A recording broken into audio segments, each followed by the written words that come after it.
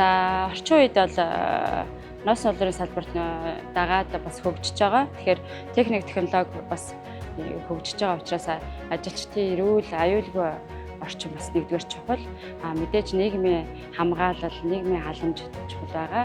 Ялангуяа эмэгтэйчүүд ажилтдаг учраас дараагийн асуудал бол мэдээж цалин мөнгөний асуудал, илүү цагаар ажиллах, олон цагаар ажилладаг учраас энэ хүмүүсийн бас энэ цагийн тариф бас өндөр байгаасаа гэж бас хүсэж байгаа шүү дээ.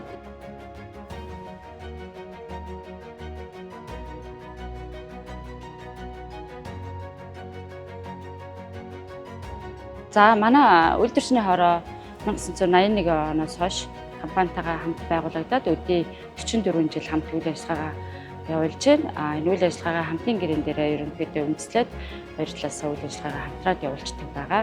Тэгэж хамтын гэрэн дээрээ хууль дүрм хамтарч хийх ажил, сургалтын үүдний ажилт руугаа чиглэсэн бүх үйл ажиллагааг хамтын гэрэн дээрээ тусгацсан байдаг. За мэдээж үйлдвэрчний эвлэл байснаар ажилчдын эрх ашиг хамгаалагдж байгаа. Нийгэм ахуйн бас тийм дэмжлэгүүдийг өгдөг. Мөн хөдөлмөрийн эрүүл аюулгүй орчинд мэдээж ажиллаж байгаа.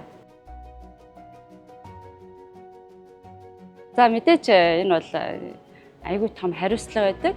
Олон хүний өмнөөс бас хариуцлага эрх ашиг гэхээсээ гадна бас ажилчдыгаа ойлгож, тэдний дуу хоолой болгож бас компанида зөв ойлголтыг өгөх ёстой. Тэгэхээр үйлдвэрчний эвлэлийн ажилтан байна гэдэг нь болохоор ажилчдын төлөөлөл компани хоёрын ерөнхийдөө гүүр гэж ойлгодог.